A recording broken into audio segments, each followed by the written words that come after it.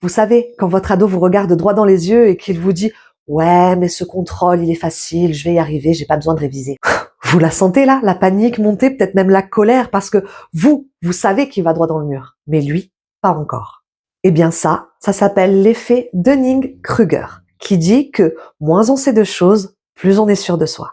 Le biais cognitif Dunning-Kruger est tiré du nom de deux chercheurs, David Dunning et Justin Kruger. En 1999, ils sont tous deux professeurs à l'université de Cornell. Ils demandent alors à leurs étudiants de s'auto-évaluer sur plusieurs compétences. Ces compétences sont la grammaire, le raisonnement logique et l'humour. Après le test, ils ont bien sûr comparé les performances réelles aux perceptions de leurs étudiants quant à leurs capacités. Et le résultat est sans appel. Tous ceux qui avaient les pires scores étaient persuadés d'être au-dessus de la moyenne. À l'inverse, les plus performants avaient tendance à se sous-estimer.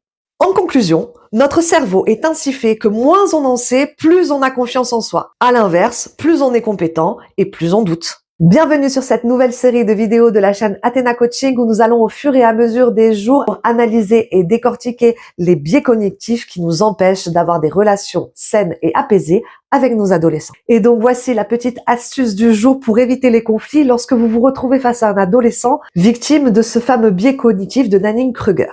Plutôt que de lui dire qu'il a tort, car son cerveau sera incapable de l'entendre à ce moment-là, dites-lui plutôt « Ok, je te fais confiance, je suis persuadée que tu vas y arriver.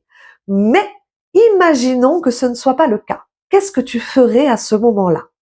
Parce que finalement, l'apprentissage passe par l'échec. Mais l'amour, lui, ne vacille jamais.